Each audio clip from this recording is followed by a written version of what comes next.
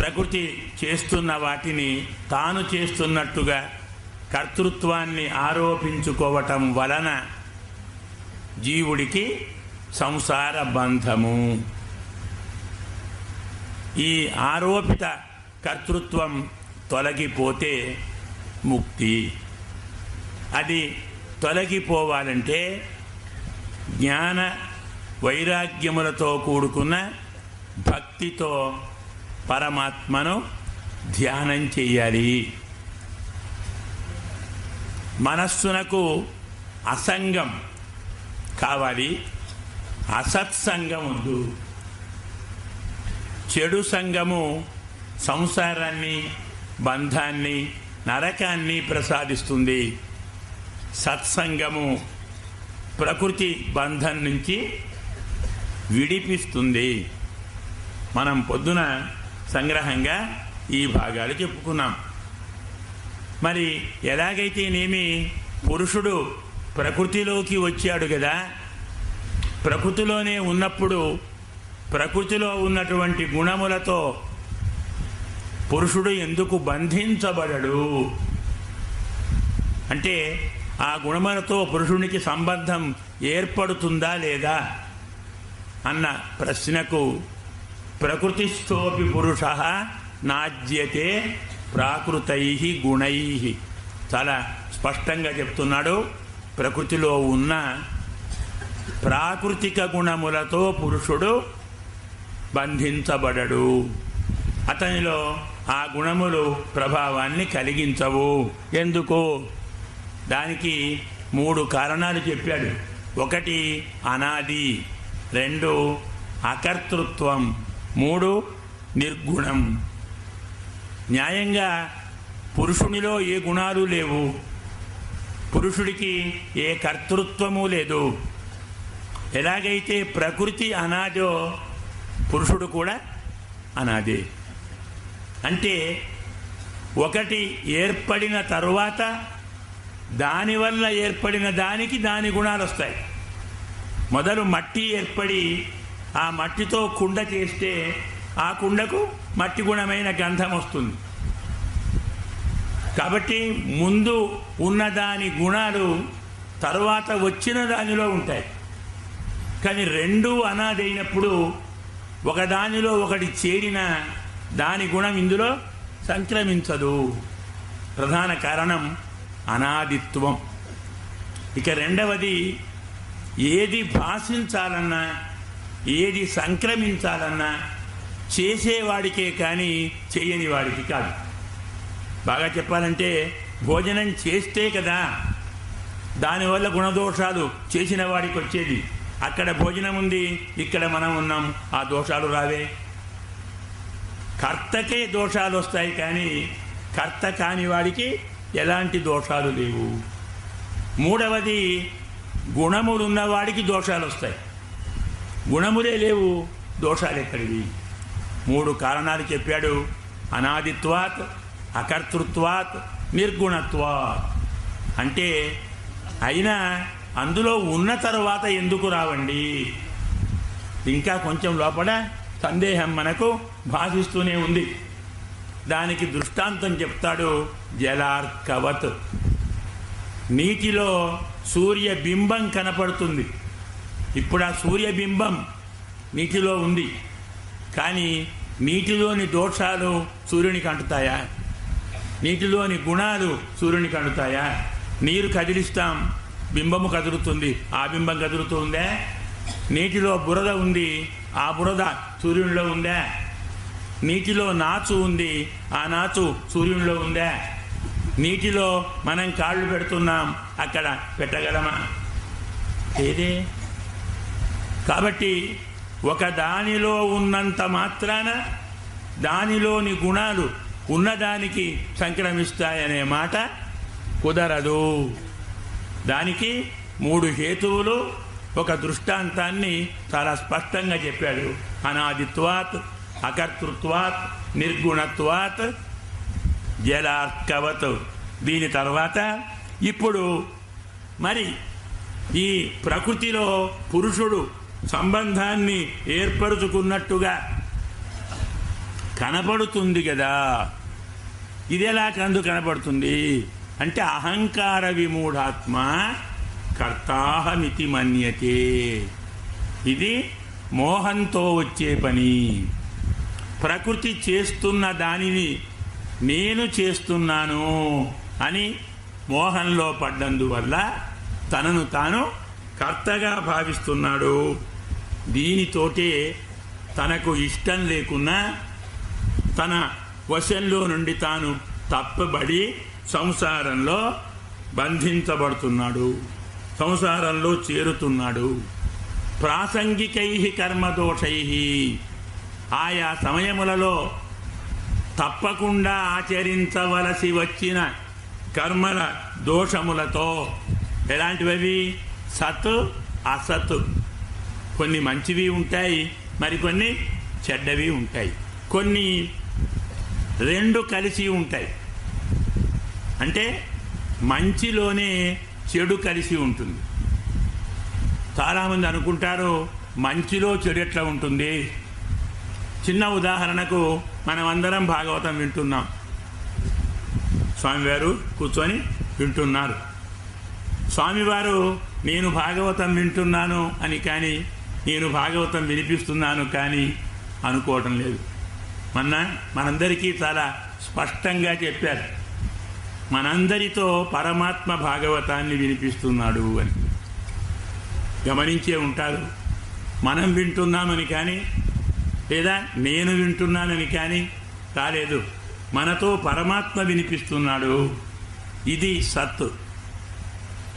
నేను హైదరాబాదు నుంచి నైమిషారణ్యం వచ్చి భాగవతం వింటున్నాను, ఇది అసత్తు.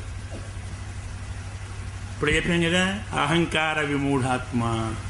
చేసే మంచి పనిలో కూడా అహంకారం కానీ మమకారం కాని జొప్పిస్తే అది మిశ్రమవుతుంది. అందువల్ల ఎక్కడ అహంకారం లేదో, ఎక్కడ మమకారం లేదో, ఎక్కడ సంగము లేదో అది పూర్తిగా సత్కార్యం. ఇవి చేర్చాము అసత్కార్యం. ఇలాంటి వాటిలో, తనకు సంబంధం లేని వాటిలో తాను ప్రవేశించి, న్యాయంగా అక్కడేం లేదు.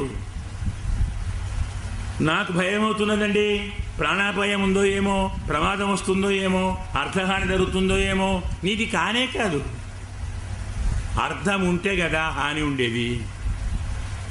అర్థేహి అవిద్యమానేపి సంస్కృతి న నివర్తతే. అంటే భార్య, పిల్లలు, ఇల్లు, డబ్బు, సంపద, బంధువులు వీరందరూ ఉంటేనే సంసారం ఉంటుందనుకోకండి. ఇది చాలా చమత్కారమైన అతి సూక్ష్మ విషయం.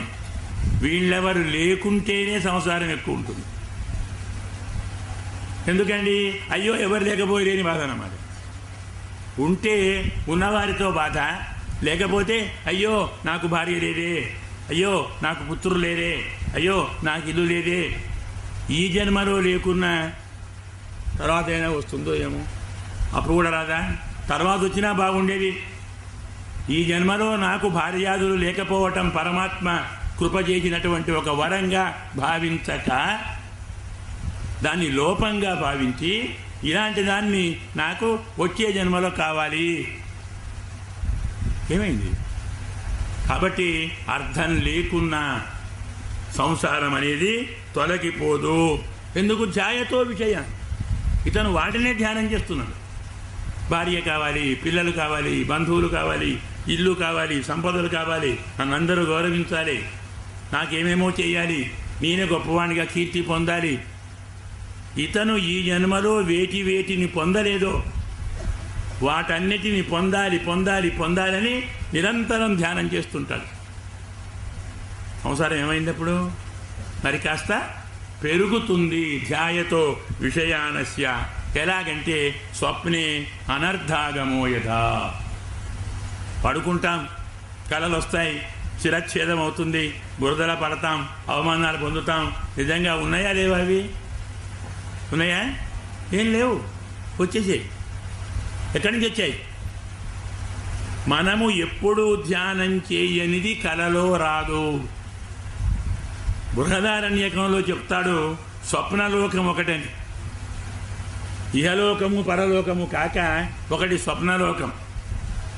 అత్యుత్కటై పుణ్యపాపై అని చెప్తానే ఇహైవ ఫలముచ్యతే అని కొన్ని ఇక్కడ అనుభవిస్తాం, మరికొన్ని స్వర్గాలను అనుభవిస్తాం. స్వర్గానికి నరకానికి పోయేంత ఆలస్యాన్ని సహించకుండా ఉండే పాపపుణ్యాలను స్వప్నంలో అనుభవిస్తాం. శిరచ్ఛేదమైంది, అయ్యో నా శిరచ్ఛేదమైంది, ఏడుస్తాడు కాసేపు, దుఃఖపడ్డాడు కదా, కొంత పాపం పోయింది. సన్మానం జరిగింది, సన్మానం జరిగింది, ఆనందిస్తాడు, కొంత పుణ్యం పోయింది. కాబట్టి లేకున్న స్వప్నంలో పొందుతున్నట్టుగా అర్థం లేకున్న సంసారం అనేది ఇతన్ని విడిచిపెట్టదు. కాబట్టి ఏం చేయాలి? చెడు మార్గంలో ప్రవర్తిస్తున్నటువంటి చిత్తాన్ని మెల్లగా తీవ్రమైనటువంటి భక్తి యోగంతో వైరాగ్యంతో తన వశంలోకి తెచ్చుకోవాలి.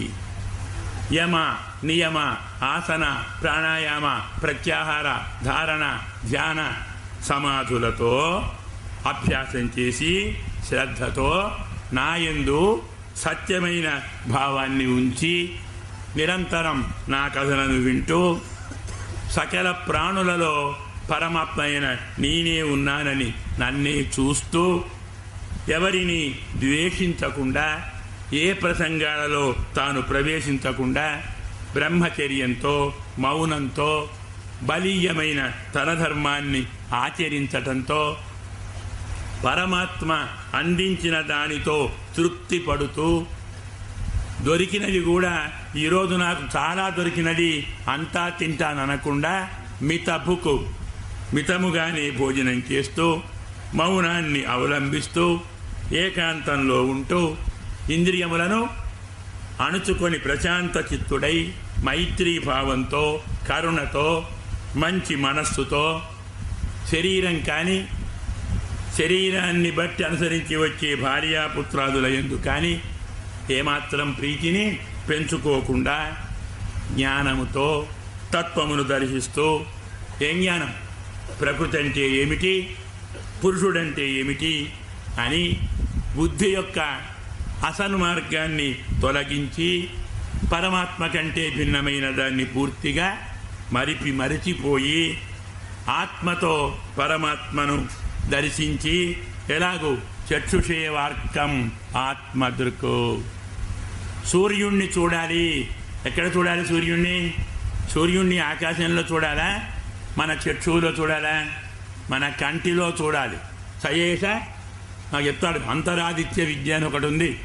ఎవరైతే ఆ సూర్య భగవానుడో ఎవరు ఈ కంటిలో ఉన్నాడో సయేక అని ఈ చక్షువులోనే ఆ సూర్య భగవాన్ని ఆత్మజ్ఞానం ఉన్న రీతిలో పరిశీలించి సంసారం రావటానికి కావలసినటువంటి అహంకారం మకారాది దేహ సంబంధమైన అన్ని లింగములను విడిచిపెట్టి లేకున్నా ఉన్నట్టు భాషించే వాటిని తెలుసుకొని సత్ బంధాన్ని అసత్ జ్ఞానాన్ని పరిపూర్తిగా వదిలిపెట్టి మనం ఆచరించే ప్రతిదానిలో మన వెంట వచ్చేటువంటి సంగమును విడిచిపెట్టి, ఉదాహరణ చెప్తున్నాడు, నీటిలో మనకొక వస్తువు భాషిస్తున్నది అంటే న్యాయంగా ఆ వస్తువు నీటిలో లేదు కదా, మరెక్కడో ఉంటుంది.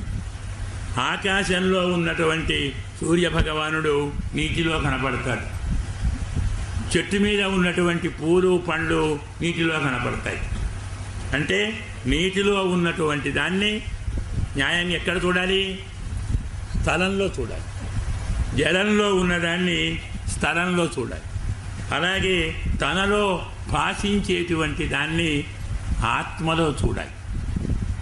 సూర్యభగవానుడు ఆకాశంలో ఉన్నవాడు నీటిలో కనపడుతున్నట్టుగా ఆత్మలో ఉన్నటువంటి పరమాత్మను ఈ దేహంలో వేయించేసి ఉన్నట్టుగా భావించి దర్శించాలి. ఇలా సత్వ రజస్తమో గుణములతో కూడుకున్నటువంటి అహంకారముతో ఏర్పడిన పంచభూతములు, పంచ జ్ఞానేంద్రియములు, పంచ కర్మేంద్రియములు, మనస్సు ఇలాంటి వాటితో భాషించేటువంటి దాన్ని అసదాభాసముగా సరి అయినది కాని దానిగా భావించి ఏది సదాభాసమో దాన్ని సత్యమును అందులో పరిశీలించి భూత సూక్ష్మ ఇంద్రియ మనః, భూతములు భూత సూక్ష్మ తన్మాత్రములు, తన్మాత్ర ఇంద్రియ మన బుద్ధి మొదలగు వాటిలో వాటిని పూర్తిగా మన భాషలో నిద్రపుచ్చాలి. అంటే వాటిని ప్రవర్తింపచేయకుండా అన్నిటినీ లీనము చేసి నిద్రపోకుండా ఒక్క ఆత్మను ఉంచగలిగితే దానికి అహంకారం ఉండదు. భూతములయందు, పంచభూతములయందు, జ్ఞానేంద్రియములయందు, కర్మేంద్రియములయందు ప్రవర్తించినప్పుడే అహంకారం ఉంటుంది. వినిద్ర, అందులో నిద్రించన్నాడు, దానికి అహంకారం ఉండదు. అప్పుడు ఆత్మస్వరూపం, ఆత్మస్వరూప జ్ఞానం మనకు నశించదు. నశించినట్టు కనపడేదంతా అసత్యముగా భాషిస్తుంది. అహంకారం నశించిన నాడు వాస్తవాన్ని చూడగలడు. ఎలాగంటే బాగా డబ్బున్నవాడు తాను ఏ పని చేస్తున్నానో మంచి చెడు తెలియడు. డబ్బు పోయిందనుకోండి, నేను నిజంగా ఈ తప్పు చేసి ఉంటాను, అందుకే నా ధనమంతా పోయింది. తాను తప్పు చేశానని ధనం పోయినప్పుడే తెలుసుకుంటాడు. అలాగే నిజమైన ఆత్మస్వరూపాన్ని అహంకారం పోయినప్పుడే తెలుసుకుంటాడు. అహంకారం ఉన్నంత వరకు ఆత్మస్వరూపాన్ని తెలుసుకోలేడు. ఈ ప్రకారంగా ఆత్మస్వరూపాన్ని బాగా పరామర్శిస్తే ఆ జ్ఞానం కలుగుతుంది. అహంకారంతో ఉన్నటువంటి ద్రవ్యాన్ని అలాగే ఉంచటాన్నే అనుగ్రహం అంటారు. అంటే అహంకారం వ్యాపించి ఉన్నటువంటి వస్తువును మన నుండి వేరు చేసి దూరంగా ఉంచుట అనుగ్రహం, దాన్ని మనలోకి తెచ్చుట నిగ్రహం. అంటే మనందరం పరమాత్మ చెప్తాడు చమత్కారంగా పాత్మలో, పరమాత్మ మనను అనుగ్రహించాలనుకుంటుంటే మనం అహంకారాన్ని అనుగ్రహిస్తుంటామట. అహంకారం అనుగ్రహిస్తుంటే స్వామి మనను అనుగ్రహించడు. అందుకే దాన్ని నిద్రపుచ్చాలి. మనకంటే విడిగా దాన్ని ఉంచితే ఆత్మస్వరూపం అవగతమవుతుంది అని స్వామి చెప్పితే, అయ్యా ఇవన్నీ చెప్తున్నారు బాగానే ఉంది, మీరు మొదలొక మాట చెప్పారు, ప్రకృతిలోకి పురుషుడు వస్తాడు అని. ఆ పురుషుణ్ణి ప్రకృతి విడిచిపెడుతుందా? లేదు కదా. అంటే ఏమిటి? ప్రకృతి లేకుండా పురుషుడు లేడు, పురుషుడు లేకుండా ప్రకృతి లేదు. ఒకదానిని ఒకటి విడిచి ఉండనప్పుడు ప్రకృతి నుంచి దూరంగా పురుడు ఎలా పోతాడు? పురుషుడికి ముక్తి ఎలా సంభవము? ప్రకృతి విడిచిపెడితే కదా. భూమిని విడిచిపెట్టి గంధం ఉండదు, గంధాన్ని విడిచిపెట్టి భూమి ఉండదు. అయినప్పుడు ఎలా మీరు భూమి నుండి గంధాన్ని వేరు చేస్తారు? నేను దేహాన్ని కాదు, దేహానికి నాకు ఎలాంటి సంబంధం లేదు అని భావించిన కాసేపు సంబంధం లేనట్టుగా దూరంగా అనిపించిన తర్వాత మళ్ళీ వచ్చి చేరదా? అది ఎక్కడికి పోతుంది అని దేవహూతి అడిగితే, అనిమిత్త నిమిత్తేన స్వధర్మేణ అమలాత్మనా. నీవే చెప్పావు కదా అనిమిత్తమే నిమిత్తమని. అంటే తాను దేనికి కారణం కాదు.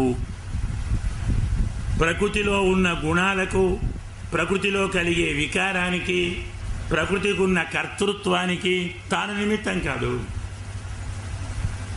తాను నిమిత్తం కాదనే భావనే ప్రకృతి నుండి తాను దూరం కావటానికి నిమిత్తం. నేనే ఇవన్నీ చేస్తున్నాను అని తనను అందులో నిమిత్తం చేసుకుంటే, ప్రకృతి కార్యములకు నిన్ను నీవు నిమిత్తం చేసుకుంటేనే నీకు పరమాత్మ యందు భక్తి కలగదు. ప్రకృతి యందే భక్తి కలుగుతుంది. ప్రకృతి వశుడవవుతావు. దానివల్ల సంసార బంధాలతో అలమటిస్తావు.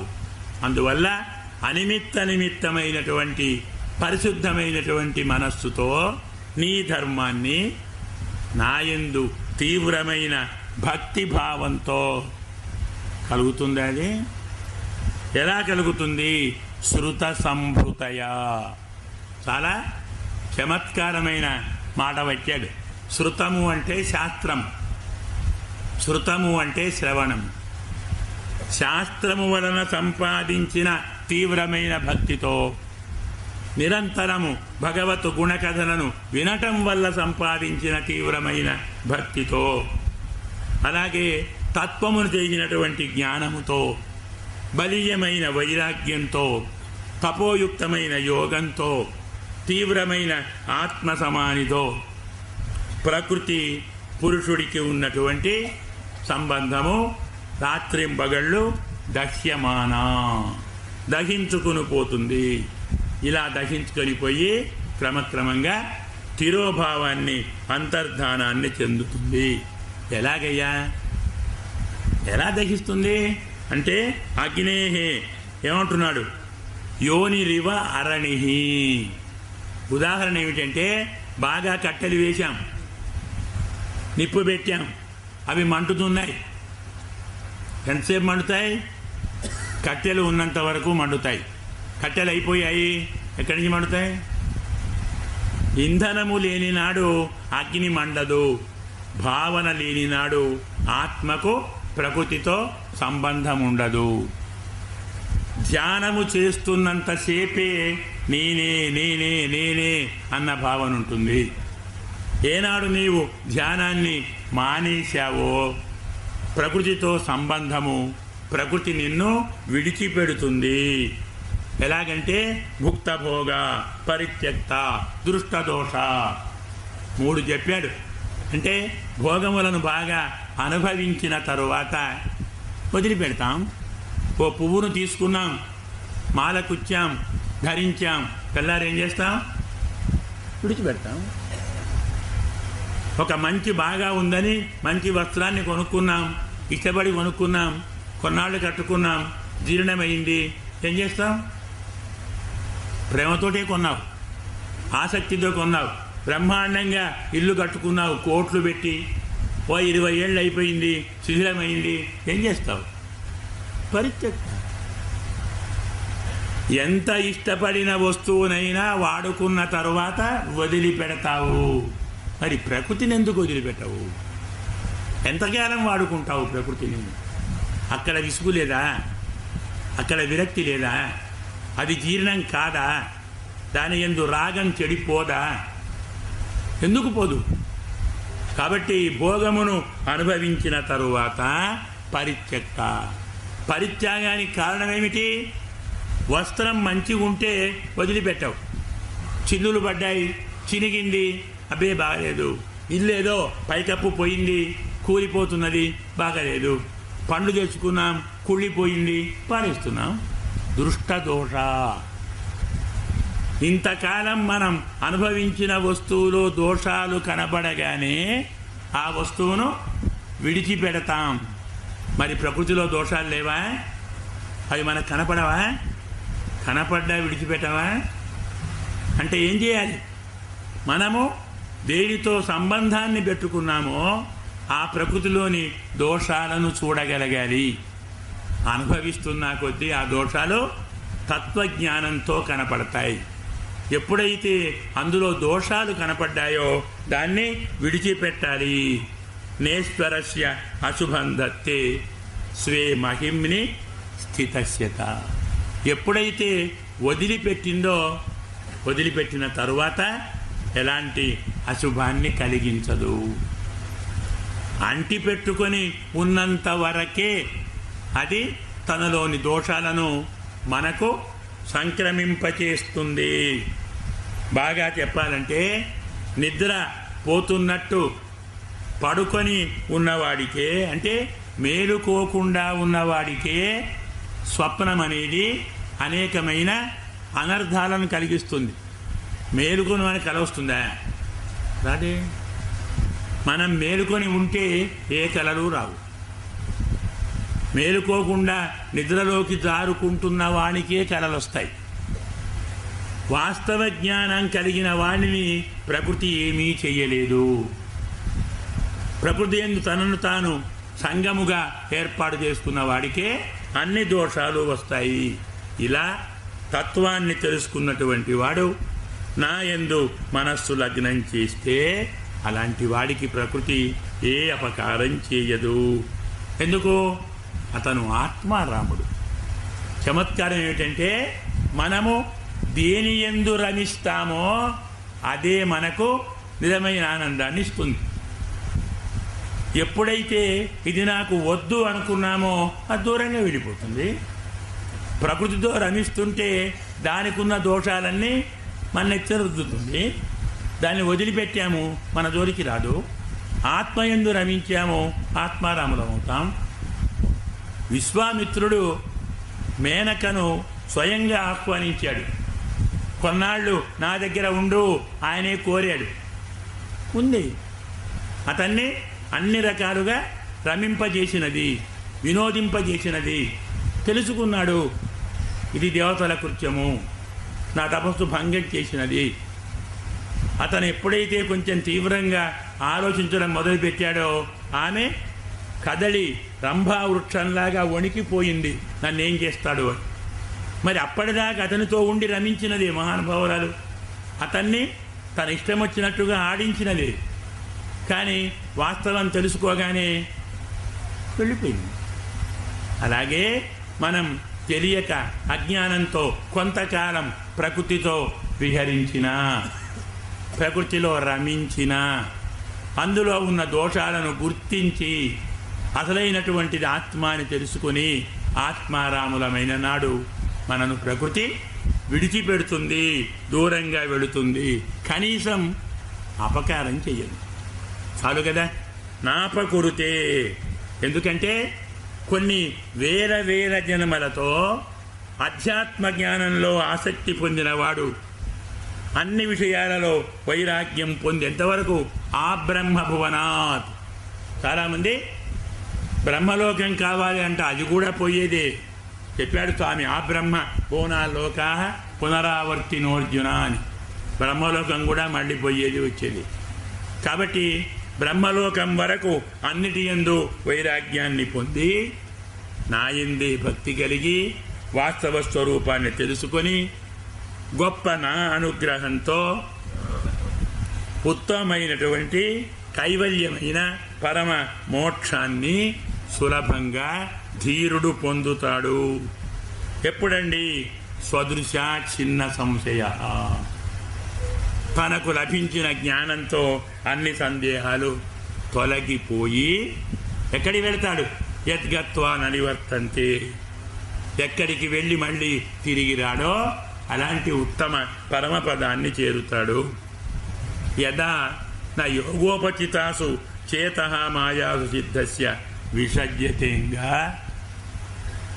యోగముతో లభించినటువంటి వాటిలో ఎప్పుడైతే ఈ మనస్సు ఆసక్తము కాదో, అనన్యహేతువు అయినప్పుడు నా యందే పరిపూర్ణమైనటువంటి ప్రాప్తి లభిస్తుంది. ఆత్యంతికి యత్ర నా మృత్యుహాసః. అక్కడ సంసారం ఉండదు. సంసారం నవ్వదట. మనను చూచి అజ్ఞానం నవ్వుతుంది, మనను చూచి సంసారం నవ్వుతుంది.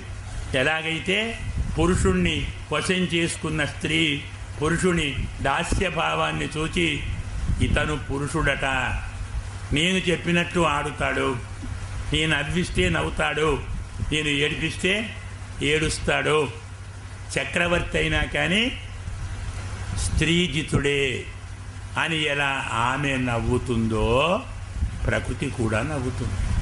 కానీ మన మనస్సు యోగంలో ఆసక్తం. యోగస్య లక్షణం వచ్చి ఇది సబీజం. యోగం అనేది రెండు రకాలుగా ఉంటుంది. నిర్బీజ యోగం, సబీజ యోగం.